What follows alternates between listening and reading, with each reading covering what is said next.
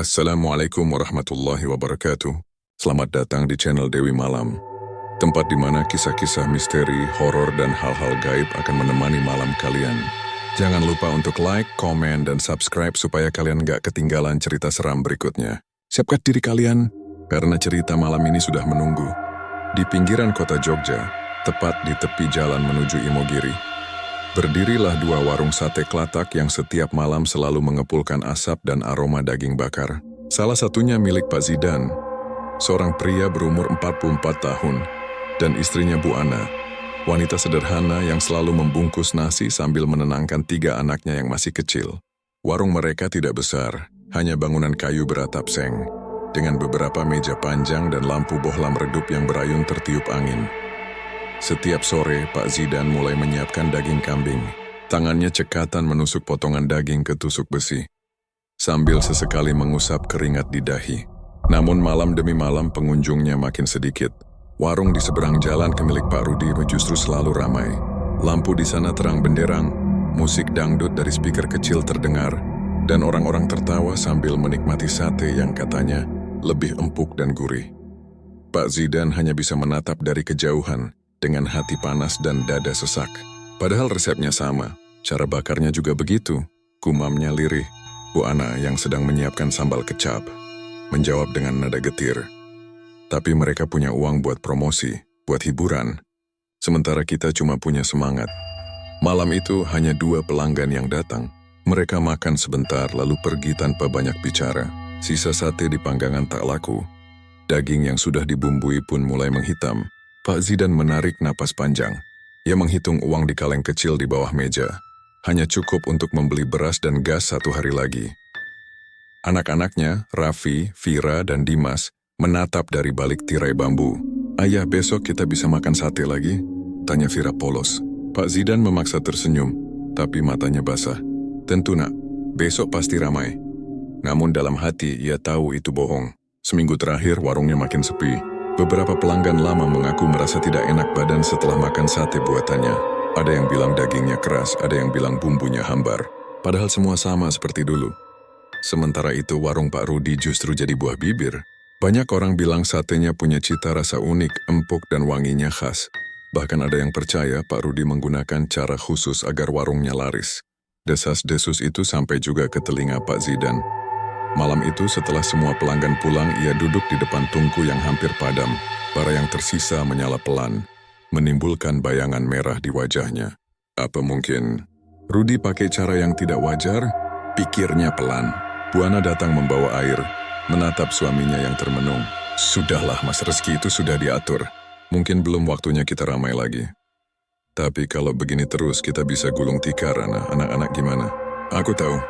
Tapi jangan berpikir aneh-aneh. Banyak orang jatuh gara-gara salah jalan." Kata-kata itu seharusnya menenangkan, tapi justru membuat hati Pak Zidan makin gelap. Ia merasa tertinggal, kalah, dan terhina. Suatu malam, ketika warung sudah tutup dan jalanan sepi, Pak Zidan melihat seseorang di seberang jalan. Seorang lelaki tua berpakaian hitam, berdiri di depan warung Pak Rudi. Wajahnya pucat, matanya tajam, dan ia menatap langsung ke arah Pak Zidan. Lelaki itu tersenyum tipis, lalu melangkah perlahan ke arah gang gelap di samping pasar. Entah kenapa tatapan itu membuat bulu kuduk Pak Zidan meremang. Ia merasa seperti dipanggil, seperti ada sesuatu yang menuntunnya ke arah yang tidak seharusnya. Tapi malam itu ia hanya diam, menatap api yang mulai padam di tungku, sementara suara jangkrik terdengar nyaring di kejauhan. Dalam hati kecilnya, muncul bisikan halus yang tak bisa ia abaikan. "Kalau kau mau warungmu seramai itu, ada cara yang lebih cepat." Pak Zidan menatap ke langit malam. Bintang-bintang tampak redup, seolah menyembunyikan sesuatu di balik gelap. Dan di kejauhan dari arah warung Pak Rudi, terdengar tawa keras. Tawa yang entah kenapa terdengar seperti ejekan. Pak Zidan menggenggam tangannya erat. Malam itu, untuk pertama kalinya pikiran buruk benar-benar tumbuh di hatinya. Ia tidak tahu, langkah kecil menuju keputusasaan itu akan membawa seluruh keluarganya ke dalam neraka yang sesungguhnya. Hari-hari berlalu tanpa perubahan berarti. Warung sate kelatak milik Pak Zidan makin sepi. Pelanggan yang dulu setia kini beralih ke warung sebelah milik Pak Rudi. Setiap kali melihat asap sate dari warung Pak Rudi membumbung tinggi, dada Pak Zidan terasa sesak. Suara tawa pengunjung di seberang jalan itu seperti ejekan yang menampar harga dirinya setiap malam. Di rumah, keadaan makin sulit. Uang hasil jualan hanya cukup untuk makan sehari-hari. Kadang Bu Ana terpaksa mengutang di warung sebelah untuk beli beras dan minyak. Anak-anak pun mulai merasa perbedaan. Dulu mereka bisa jajan atau makan sate buatan ayahnya, kini lauk sering hanya tahu tempe seadanya. Malam itu angin bertiup kencang. Daun-daun pisang yang menutup dinding dapur bergoyang. Bu Ana sedang mencuci piring di ember kecil, sementara Pak Zidan duduk di lantai, menghitung uang receh dari kaleng. Suasana hening. Hanya terdengar suara air menetes dan desahan napas lelah. "Mas," panggil Bu Ana pelan, "uang kita tinggal segini ya." Pak Zidan hanya mengangguk, wajahnya muram. "Besok enggak usah belanja banyak. Dagingnya beli 2 kilo saja. Kalau enggak laku ya sudah. Tapi kalau dikit pelanggan malah enggak datang, Mak," saut Bu Ana dengan nada khawatir. "Lah, pelanggan aja udah jarang. Ngapain beli banyak-banyak?" bentak Pak Zidan tiba-tiba. Suara bentakannya membuat Bu Ana terdiam. Ia tak menjawab, hanya menatap suaminya dengan mata yang mulai berkaca. Selama ini ia tahu suaminya stres, tapi baru malam itu, nada bicaranya begitu keras. "Aku cuma ingin bantu, Mas. Kita masih bisa usaha pelan-pelan." "Usaha pelan? Sementara warung sebelah itu tiap malam laku keras. Kau nggak lihat, Ana? Mereka kaya mendadak." Pak Zidan berdiri, berjalan mondar-mandir di dapur kecil. Tangannya gemetar. Wajahnya merah karena amarah yang bercampur rasa malu. "Aku capek, Ana. Tiap hari kerja dari pagi sampai malam tapi hasilnya segini-gini aja. Aku nggak mau terus hidup miskin begini."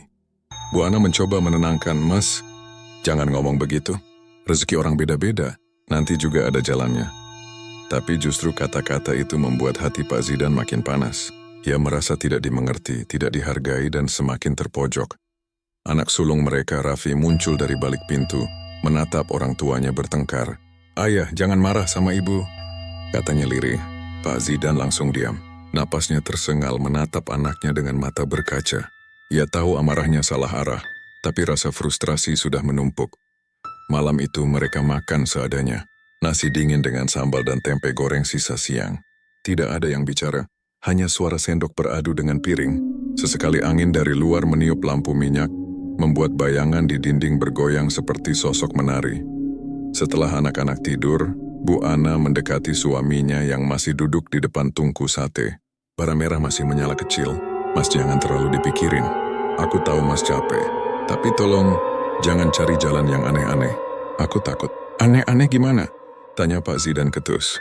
"Orang-orang ngomong, katanya warung Pak Rudi itu laku karena ada yang bantu. Jangan sampai kita ikut-ikutan begitu." Pak Zidan menatap istrinya lama. Kata-kata itu seperti memantik api kecil dalam pikirannya. Kalau memang itu yang bikin dia sukses, kenapa kita nggak bisa begitu? "Mas, astagfirullah." "Jangan ngomong sembarangan." "Itu dosa besar," seru Bu Ana panik. "Tapi kalau terus begini, Ana, kita bakal mati kelaparan. Kau pikir aku tega lihat anak-anak kita meringkuk lapar?" Suara Pak Zidan meninggi. Bara di tungku tiba-tiba menyala lebih terang, seolah tersulut amarahnya sendiri. Bu Ana hanya bisa menunduk, air mata menetes di pipinya. "Mas, aku mohon, jangan cari jalan sesat. Aku rela hidup miskin, asal jangan melawan Tuhan." Pak Zidan tidak menjawab. Ia memandang keluar, ke arah warung Pak Rudi yang masih menyala terang, dan terdengar suara tawa orang-orang yang sedang makan sate. Dalam hatinya, muncul rasa iri yang makin sulit dikendalikan. Ia memejamkan mata, dan bayangan lelaki tua berpakaian hitam yang sempat dilihatnya di depan warung Pak Rudi kembali muncul dalam pikirannya. Lelaki itu tersenyum tipis, dengan mata tajam yang seolah menembus pikirannya. Senyum itu seperti ajakan untuk keluar dari kesengsaraan, dengan cara yang cepat meskipun berbahaya. Malam semakin larut. Suara jangkrik bercampur dengan desahan angin malam dari arah sawah. Bu Ana sudah tertidur di kamar bersama anak-anak, tapi Pak Zidan masih terjaga. Ia duduk di depan tungku sate yang padam, menatap abu dan sisa bara. Dalam kesunyian itu ia mendengar suara lirih, seperti bisikan. "Kalau engkau ingin warungmu ramai, datanglah ke pasar malam Imogiri. Di sana ada yang bisa menolongmu." Pak Zidan menoleh cepat, tapi tak ada siapapun di sana. Namun jantungnya berdegup keras. Kata-kata itu berputar di kepalanya, membuatnya sulit tidur. Di luar bulan tampak bundar dan merah, dan di kejauhan angin membawa aroma daging bakar entah dari mana. Pak Zidan menatap ke langit malam yang suram dan berbisik pelan. Kalau ini satu-satunya cara, aku akan mencobanya. Ia tak tahu keputusan itu akan menjadi awal dari kegelapan panjang yang menelan seluruh keluarganya. Malam itu langit di atas Jogja tampak gelap tanpa bintang. Angin bertiup pelan membawa aroma tanah basah dari sawah yang baru disiram hujan sore tadi. Pak Zidan berjalan seorang diri di jalan menuju pasar malam Imogiri, tempat yang ramai setiap akhir pekan. Tapi malam itu langkahnya bukan karena ingin bersenang-senang. Ada sesuatu di hatinya yang menuntun, atau mungkin menggiring dirinya ke sana. Suara bisikan itu masih terngiang di telinganya sejak malam sebelumnya. Datanglah ke pasar malam Imogiri. Di sana ada yang bisa menolongmu. Awalnya ia mengira hanya halusinasi karena kelelahan, tapi entah kenapa, semakin ia mencoba melupakan, semakin kuat suara itu menggema dalam kepalanya. Dan kini tanpa sadar, ia sudah berdiri di depan gerbang pasar malam yang dipenuhi lampu kelap-kelip dan suara musik dangdut. Anak-anak kecil berlarian membawa balon, pedagang berteriak menawarkan makanan, dan suara tawa bercampur dengan dentingan permainan komedi putar. Namun di tengah keramaian itu ada sesuatu yang aneh. Pak Zidan merasa seperti dunia di sekitarnya berputar lambat. Suara orang-orang terdengar jauh, dan pandangannya mulai kabur. Dari kejauhan ia melihat seorang lelaki tua berpakaian serba hitam berdiri di depan tenda kosong di sudut pasar. Wajahnya kurus, kulitnya pucat, dan matanya tajam seperti menembus isi dada. Pak Zidan tak tahu kenapa, tapi langkah kakinya terasa ringan, seolah tubuhnya digerakkan oleh sesuatu yang tak terlihat. Ketika ia mendekat, lelaki tua itu tersenyum samar. "Sudah kutunggu, Zidan," ucapnya dengan suara serak dan pelan, tapi jelas terdengar meski di tengah keramaian. Pak Zidan terkejut. "Sampean tahu nama Dayosiam?" Lelaki itu tidak menjawab. Ia hanya menunjuk ke arah hutan di selatan pasar malam. Di balik pepohonan besar, "Kalau kau ingin warungmu ramai, datanglah ke sana, tengah malam." Sendirian, nada bicaranya datar, tapi tatapannya membuat tubuh Pak Zidan bergetar. Di sana ada apa?" tanya Pak Zidan gugup. "Yang bisa menolongmu. Tapi ingat, setiap pertolongan ada bayarannya." Setelah berkata begitu, lelaki tua itu perlahan berjalan mundur, lalu menghilang di antara kerumunan orang seperti asap yang ditiup angin. Pak Zidan mematung, menatap kosong ke tempat lelaki itu tadi berdiri. Tidak ada siapapun di sana, hanya kain tenda lusuh yang bergoyang tertiup angin. Ia menatap jam di pergelangan tangan. Sudah hampir pukul 11 malam, dan tanpa berpikir panjang, ia memutuskan menuruti rasa penasarannya. Ia berjalan menuju hutan yang dimaksud, hutan kecil di selatan makam raja, yang terkenal angker dan jarang dilewati orang. Hutan itu gelap, hanya diterangi cahaya redup dari bulan yang tertutup awan. Suara jangkrik bercampur dengan lolongan anjing dari kejauhan. Pak Zidan melangkah pelan, menyingkirkan ranting dan dedaunan basah di tanah. Semakin dalam ia berjalan, semakin sunyi suasana. Angin berhenti berhembus, udara menjadi berat, dan setiap langkah terasa menekan dada. Tiba-tiba ia mendengar suara seperti orang berbisik di antara pepohonan. "Sudah datang." Suara itu pelan tapi jelas. Datang dari banyak arah sekaligus, seperti dikelilingi banyak mulut tak terlihat. Pak Zidan memutar badan. Tidak ada siapapun. Hanya bayangan pepohonan yang bergerak pelan diterpa cahaya bulan. Jantungnya berdebar keras tapi kakinya tak bisa berhenti melangkah. Hingga akhirnya ia sampai di sebuah lapangan kecil di tengah hutan. Di sana berdiri lelaki tua berpakaian hitam yang tadi ditemuinya di pasar malam. Namun kini, wajahnya tampak berbeda. Kulitnya lebih pucat, matanya merah seperti bara, dan di tangannya memegang semacam kendi tanah liat berisi cairan hitam. "Kau datang?" "Bagus," katanya lirih. "Aku cuma ingin warungku ramai. Aku butuh uang untuk anak istriku," jawab Pak Zidan terbata. Lelaki itu tersenyum. "Itu bisa, tapi semua butuh imbalan. Kau siap membayar harga itu?" Pak Zidan terdiam. Keringat dingin mengalir di pelipisnya. "Harga apa maksudmu?" "Setiap bulan purnama beri sedikit darah dari yang kau cintai. Maka warungmu akan ramai, sate kelatakmu akan dicari orang, dan rezekimu tak akan habis." Pak Zidan tertegun. Ia ingin menolak, tapi lidahnya keluh. Suara di kepalanya membisik, "Terima saja. Demi keluarga, demi anak-anak." Tangannya gemetar saat lelaki tua itu mengulurkan kendi berisi cairan hitam. "Teteskan darahmu ke dalamnya, sebagai tanda perjanjian." Pak Zidan menatap kendi itu. Aroma anyir menusuk hidungnya. Entah kenapa, tangannya bergerak sendiri. Ia menggigit ujung jarinya hingga berdarah, lalu meneteskan darah itu ke dalam kendi. Saat darahnya jatuh ke cairan hitam itu, tanah di bawahnya bergetar pelan. Angin berhembus kencang, dan dari balik pohon-pohon besar terdengar suara tawa mengerikan. Tawa yang dalam, berat, dan memantul di udara. Dari dalam kabut yang muncul perlahan, terlihat sosok tinggi kurus dengan kulit legam dan mata merah menyala. Sosok itu mendekat, berhenti tepat di depan Pak Zidan. Aroma busuk seperti bangkai menyeruak di udara. Sekarang sate kelatakmu akan ramai. Tapi ingat, jangan pernah mengingkari perjanjian ini. Pak Zidan ingin berlari, tapi tubuhnya terasa lemas. Sosok itu kemudian lenyap seperti asap, hanya menyisakan suara desis yang panjang. Lelaki tua itu tersenyum puas, lalu perlahan menghilang di kegelapan. Pak Zidan berdiri sendirian, gemetar. Hutan yang tadinya sunyi kini dipenuhi suara jangkrik dan angin dingin yang menembus tulang. Ia menatap tangannya yang masih berdarah. Darah yang kini terasa panas seperti api. Di kejauhan suara ayam jantan berkokok. Pak Zidan menatap ke arah jalan pulang. Tubuhnya lunglai tapi pikirannya penuh oleh satu hal. Apakah semua itu nyata? Atau dasarnya mimpi ya? Namun jauh di dalam hatinya ia tahu sesuatu telah berubah malam itu. Dan perjanjian kelam telah dimulai tanpa bisa dibatalkan. Malam itu langit tertutup awan gelap. Bulan purnama tampak samar, seperti malu-malu menampakkan diri di balik kabut tebal. Pak Zidan berjalan dengan langkah berat melewati jalan tanah yang lembab. Di tangannya ia membawa kendi kecil berisi cairan hitam, benda yang diberikan oleh lelaki berpakaian hitam seminggu lalu. Sejak malam pertemuan itu, pikirannya tak tenang. Setiap malam ia mendengar bisikan dari arah dapur. Suara lirih yang memanggil namanya berulang kali. Kadang dari arah tungku sate, kadang dari belakang rumah. Bu Ana sudah mulai curiga. Mas, kamu kenapa akhir-akhir ini suka bengong? Tidurmu pun gelisah, tanya istrinya beberapa kali. Tapi Pak Zidan hanya menjawab pendek, "Nggak apa-apa, Ana. Cuma capek mikirin warung." Namun kenyataannya, ia tak bisa berhenti memikirkan kata-kata lelaki tua itu. "Kalau kau ingin warungmu ramai, datanglah saat bulan purnama. Bawalah kendi itu. Perjanjianmu harus disempurnakan."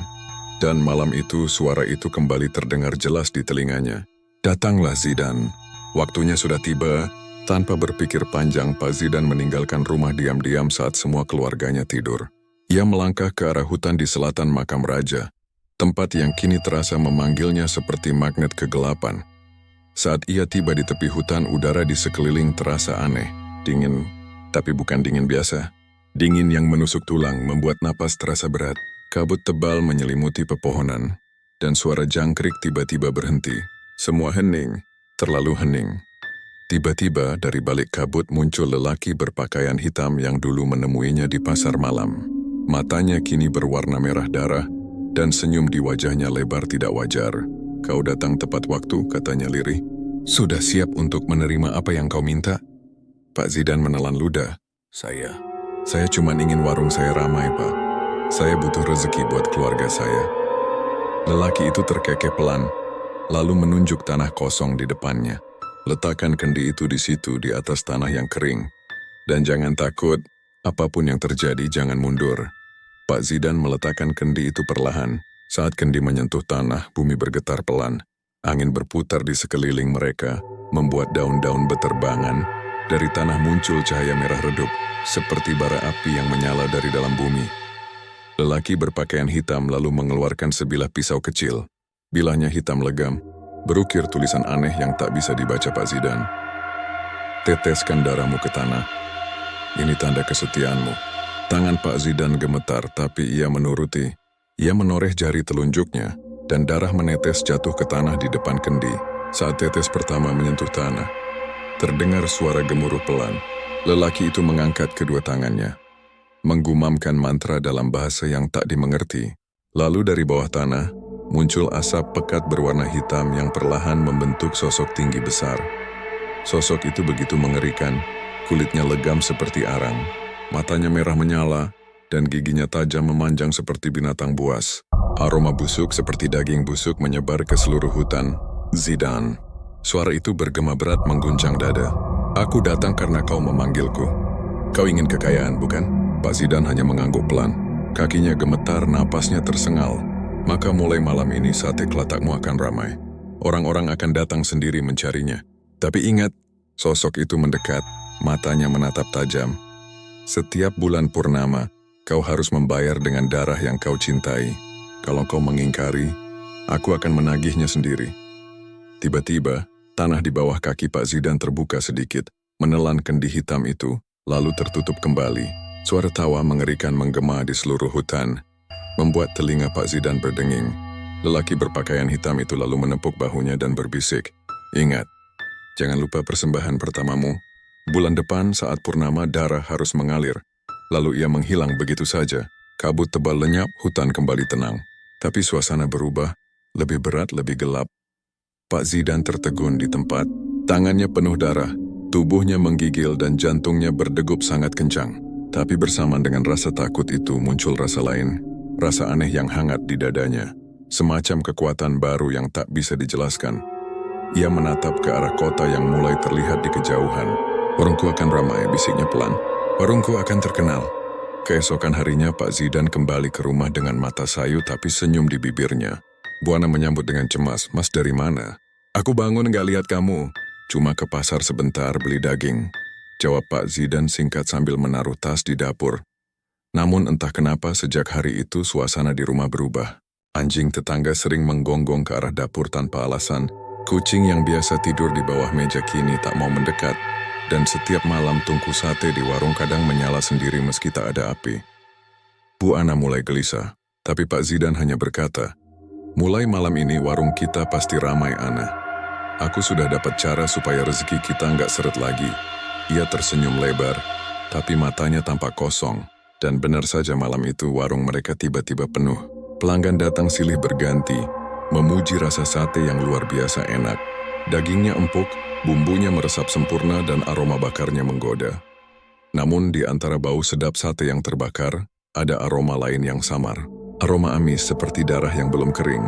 Itu adalah malam pertama sejak ritual di hutan. Dan tanpa disadari itu juga malam pertama makhluk dari perjanjian itu ikut makan bersama mereka. Dari dalam bara, dari balik asap sate kelatak yang membara. Malam itu langit Jogja tampak aneh, gelap pekat tanpa bintang, seperti diselimuti kabut hitam yang menekan dada siapapun yang memandang. Jam menunjukkan pukul 12 lewat sedikit, tapi udara di sekitar hutan kecil dekat makam tua di pinggiran Bantul terasa jauh lebih dingin dari biasanya. Pak Zidan berjalan perlahan di jalan setapak berlumut, hanya ditemani lampu senter kecil dan jantungnya yang berdebar keras. Langkahnya gemetar bukan karena takut, tapi karena tekad yang sudah bulat. Di tangannya, ia membawa seekor ayam hitam, tali jerat dan segenggam bunga. Setaman, semua sesuai dengan petunjuk dari lelaki tua bernama Mbah Karto. "Kalau kau sungguh ingin rezeki besar dan pelanggan, tak pernah sepi," kata Mbah Karto dengan suara serak waktu itu. "Datanglah ke tempat ini tengah malam. Tapi ingat, jangan pernah menolak apapun yang dia minta setelah kau sepakat," kata dia membuat bulu kuduk Pak Zidan merinding. Tapi bayangan warung yang sepi, anak-anak yang kelaparan, dan tatapan tajam Bu Ana membuat rasa takutnya kalah oleh keputusasaan. Ia tiba di bawah pohon beringin besar, batangnya melingkar seperti ular raksasa, dan akar-akarnya menjulur keluar tanah seperti tangan-tangan yang ingin mencengkeram.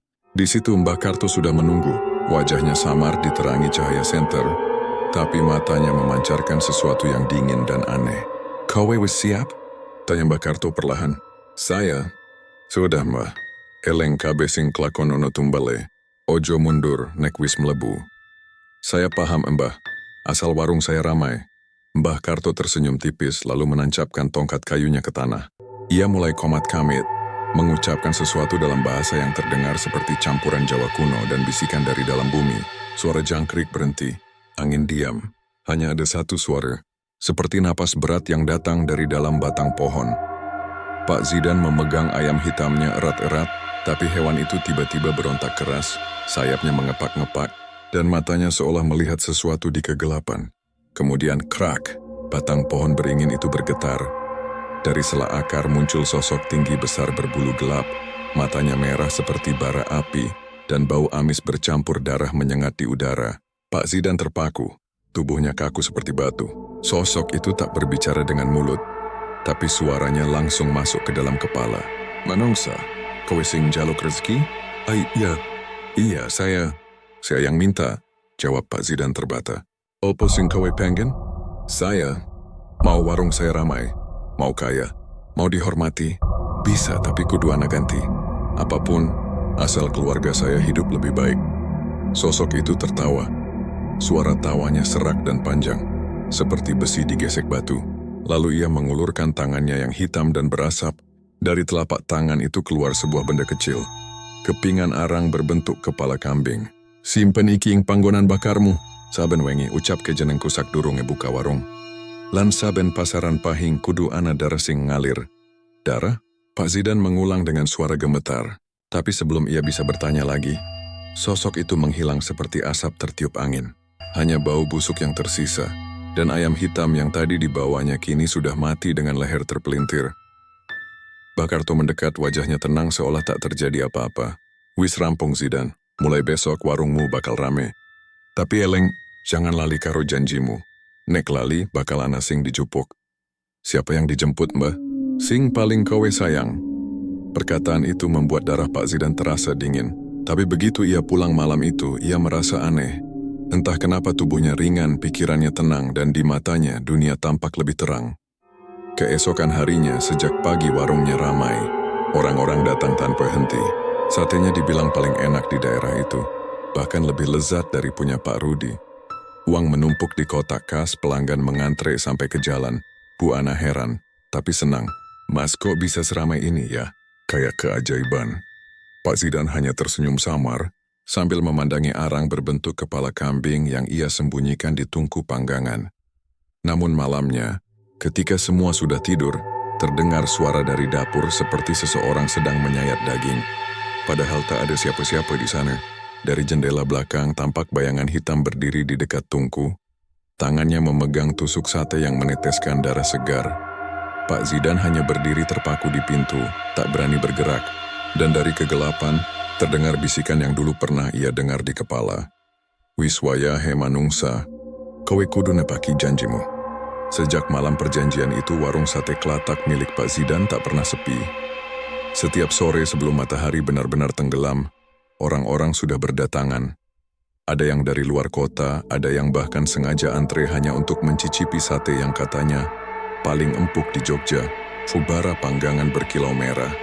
Bau daging bakar bercampur kecap manis memenuhi udara. Semua tampak sempurna. Namun di balik senyum dan tawa pelanggan, ada sesuatu yang berubah pada diri Pak Zidan. Matanya kini sering terlihat merah, seperti kurang tidur. Tiap malam ia selalu menatap tungku dengan pandangan kosong. Bu Ana mulai khawatir. Kadang ia melihat suaminya berbicara sendiri di dapur, atau menatap api lama sekali, sampai bara itu padam. Mas, kenapa melamun terus? Tanya Bu Ana suatu malam. Enggak, cuma mikir resep baru. Jawabnya cepat, tapi suaranya datar. Sejak malam itu juga, suara aneh sering terdengar di warung. Kadang seperti ada yang sedang menyiapkan sate sendiri di tengah malam. Kadang terdengar bunyi langkah berat di atap, padahal warung sudah dikunci rapat. Namun puncaknya terjadi pada malam pasaran pahing pertama sejak perjanjian dilakukan. Hari itu pelanggan datang lebih banyak dari biasanya. Bahkan beberapa mobil berhenti di depan warung hanya untuk membeli bungkus. Pak Zidan sibuk memanggang, sementara Bu Ana dan anak-anak membantu melayani. Uang terus masuk. Tawa pelanggan menggema. Tapi di tengah hiruk-pikuk itu, seekor kucing hitam tiba-tiba muncul dari bawah meja panggangan. Matanya merah menyala seperti bara. Ia menatap Pak Zidan lama sekali, lalu melangkah ke arah tungku dan duduk di sana tanpa takut panas. Kucing itu tak mau pergi, bahkan saat diusir. Entah kenapa dada Pak Zidan mendadak sesak. Dalam benaknya muncul suara berat yang dulu ia dengar di hutan. Wis wayahe, ana sing kudu dibayar. Sejak saat itu, malam terasa berbeda. Setelah warung tutup, Pak Zidan duduk sendirian di depan tungku.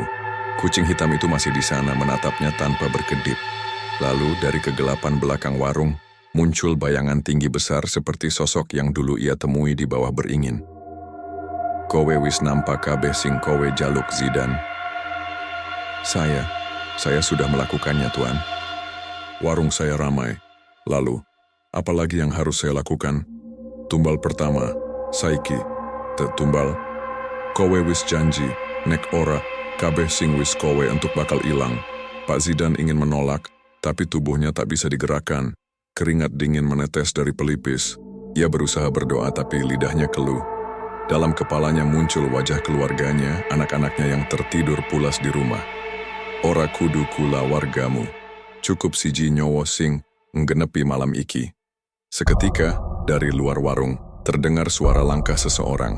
Seorang pengamen tua datang membawa gitar butut, tersenyum sambil berkata, "Pak, boleh saya numpang minum air sebentar?"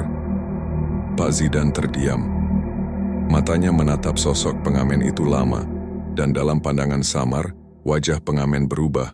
Kulitnya keriput seperti terbakar, matanya kosong seperti boneka rusak. Sosok di belakang warung tertawa pelan, suaranya seperti desis ular. "Iki wayahe manungsa." Tangan Pak Zidan tiba-tiba bergerak sendiri. Ia mengambil pisau dapur di meja. Tubuhnya gemetar hebat, tapi pisau itu seperti ditarik oleh kekuatan yang tak terlihat. Langkahnya mendekat perlahan ke arah pengamen yang masih tersenyum ramah, tak tahu bahwa maut sedang mengintainya. Dan malam itu, suara jeritan lirih terdengar, cepat, tertelan suara jangkrik malam. Darah mengalir di lantai dapur. Kucing hitam itu menjilatnya dengan pelan. Sementara sosok bayangan besar di belakang warung menghilang bersama bau amis yang pekat. Paginya Bu Ana menemukan suaminya duduk di depan tungku, menatap bara api yang masih menyala, dengan tangan berlumuran darah. "Mas, astagfirullah, apa yang kamu lakukan?" Pak Zidan hanya menjawab pelan, suaranya serak dan kosong. "Aku cuma menepati janji." Sejak hari itu tak ada lagi pengamen yang berani mendekati warung mereka. Dan anehnya, setiap malam pasaran pahing berikutnya, aroma sate di warung Pak Zidan semakin kuat, seolah lebih menggoda dari sebelumnya. Namun bagi mereka yang memakannya, beberapa mulai mengalami mimpi buruk. Mimpi melihat kepala kambing terbakar, dan tangan hitam yang menyuapi mereka potongan daging mentah. Bu Ana mulai curiga, tapi setiap kali bertanya, suaminya hanya berkata, "Kita harus terus jualan, jangan berhenti, atau semua ini akan hilang." Malam-malam berikutnya, suara tangisan samar sering terdengar di sekitar warung. Ada yang bilang, itu suara angin, tapi beberapa warga yakin, itu jeritan arwah yang tak sempat pergi. Tumbal pertama dari pesugihan sate Klatak. Sejak malam tumbal pertama itu, warung sate Klatak milik Pak Zidan semakin ramai. Antrian pelanggan mengular sampai ke tepi jalan. Bahkan beberapa orang rela menunggu berjam-jam hanya untuk bisa mencicipi satenya. Semua orang memuji rasa dagingnya yang aneh tapi nikmat. Teksturnya empuk, dan aromanya seperti membuat ketagihan. Tapi hanya Pak Zidan yang tahu rasa istimewa itu bukan dari resep rahasia, melainkan dari tumbal darah yang terus ia berikan untuk mempertahankan perjanjian. Setiap malam pasaran pahing, ia tak pernah tidur. Ia duduk di depan tungku panggangan menunggu bisikan itu datang. Kadang dari arah dapur, kadang dari bawah meja, kadang bahkan dari dalam bara api yang menyala merah. Dan setiap kali bisikan itu muncul, sesuatu selalu hilang. Entah ayam tetangga, kucing, bahkan seorang gelandangan yang kadang lewat di sekitar warung. Semakin lama Bu Ana mulai merasa takut. Ia sering mencium bau amis yang tidak wajar setiap pagi. Kadang daging yang disiapkan di meja berubah warna. Merah pekat, seolah baru saja dipotong dari tubuh yang masih hidup. Dan ketika ia menegur suaminya, jawabannya selalu sama. "Jangan banyak tanya. Yang penting kita bisa hidup lebih baik." Namun malam itu sesuatu terjadi. Salah satu pelanggan dompet seorang mahasiswa tiba-tiba pingsan setelah makan sate. Tubuhnya kejang-kejang, matanya membelalak dan dari mulutnya keluar darah segar. Orang-orang panik, sebagian lari, sebagian berteriak minta tolong. Tapi anehnya Pak Zidan hanya diam. Ia berdiri di depan tungku dengan wajah tenang, matanya kosong. Bu Ana mengguncang baunya panik. "Mas, tolong bantu. Anak itu sekarat." Tapi Pak Zidan malah tersenyum tipis. Itu bukan manusia biasa. Dia cuma mengambil bagian yang bukan miliknya. Kalimat itu membuat semua yang mendengarnya bergidik. Sejak kejadian itu, gosip mulai menyebar. Orang-orang mengatakan warung sate Klatak milik Pak Zidan memakai pesugihan darah. Ada pula yang bersumpah melihat bayangan tinggi besar berdiri di dekat panggangan setiap malam. Tapi tak satu pun yang berani menegur. Karena setiap kali seseorang mencoba menuduh, keesokan harinya orang itu jatuh sakit. Bahkan ada yang meninggal mendadak tanpa sebab. Hari demi hari ketakutan makin menjadi. Bahkan para karyawan yang dulu membantu di warung mulai satu persatu berhenti. Mereka bilang, setiap malam terdengar suara aneh di dapur. Seperti orang menangis lirih, dan kadang terdengar bunyi daging disayat pelan-pelan. Hanya Bu Ana dan ketiga anak mereka yang masih bertahan, meski hatinya sudah penuh rasa curiga dan ketakutan. Anak bungsunya Dimas bahkan pernah berkata sambil menunjuk ke arah tungku, "Bu, di sana ada om besar yang matanya merah. Dia sering ngajak main waktu ayah bakar sate." Bu Ana langsung pucat. Ia tahu Dimas bukan berkhayal. Karena malam sebelumnya ia juga melihat sesuatu. Saat tengah mencuci piring, ia sempat menoleh ke arah tungku. Dan di sana, di antara bara yang membara, tampak wajah manusia seperti sedang tersenyum, terbakar pelan-pelan sambil menatapnya. Malam itu Bu Ana tak sanggup tidur. Ia mendengar suara Pak Zidan berbisik di ruang belakang.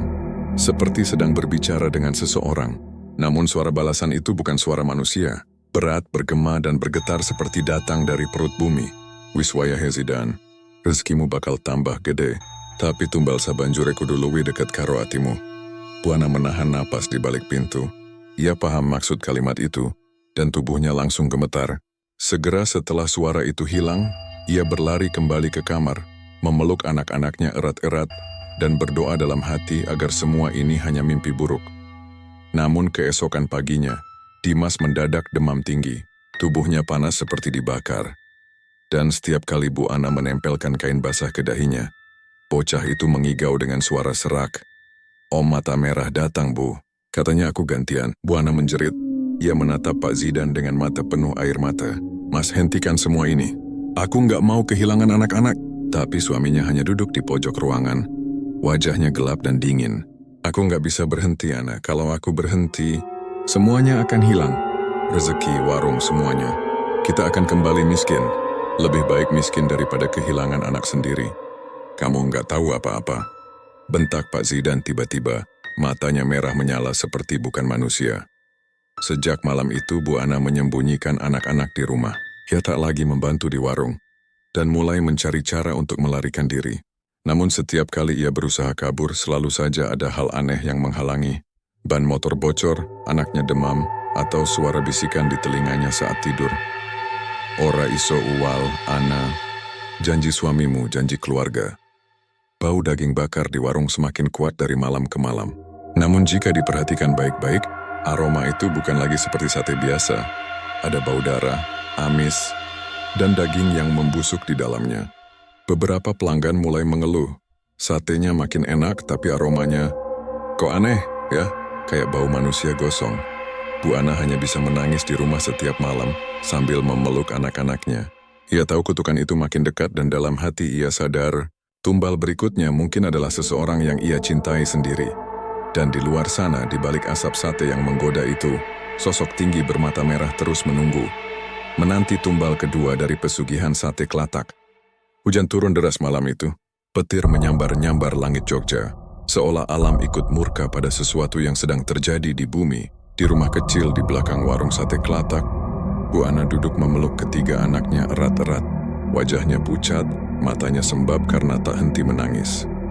Sejak kejadian Dimas sakit dan mengigau tentang om bermata merah, Bu Ana tahu sesuatu yang mengerikan sedang mengintai keluarganya. Ia sudah mencoba melarang suaminya buka warung malam itu. Tapi Pak Zidan tak mau mendengar. "Aku harus buka, Ana. Kalau tidak, semuanya akan hancur. Kau mau anak-anak kita mati kelaparan?" Tapi Mas, justru karena warung itu mereka bisa mati. Pak Zidan tak menjawab lagi. Ia hanya menatap istrinya dengan tatapan dingin. Dan saat Bu Ana menatap balik, ia merinding. Karena di bola mata suaminya, ia seperti melihat pantulan wajah hitam yang sedang tersenyum di balik bahu Pak Zidan. Malam itu, Pak Zidan tetap berangkat.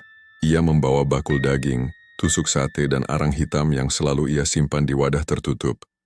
Arang berbentuk kepala kambing, yang kini tampak lebih gelap dari sebelumnya. Terus langsung meninggalkan rumah, ia hanya berkata pelan, "Jangan keluar rumah malam ini. Apapun yang kau dengar, jangan buka pintu." Lalu ia pergi meninggalkan Bu Ana dalam ketakutan. Di warung hujan makin deras, petir menyambar pohon di depan jalan, dan hanya beberapa pelanggan yang datang malam itu.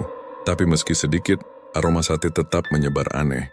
Wangi daging panggang bercampur bau besi dan darah. Bara api di tungku seolah hidup, menyala-nyala tanpa disiram minyak. Pak Zidan bekerja dalam diam. Setiap kali daging ditusuk, ia mendengar bisikan dari bara api. Wis wayahe Zidan, saiki tumbal saka getihmu dewe. Tangan Pak Zidan berhenti seketika. Darahku? Gumamnya pelan. Bara api bergetar, dan dari sana muncul bayangan wajah hitam dengan mata merah menyala.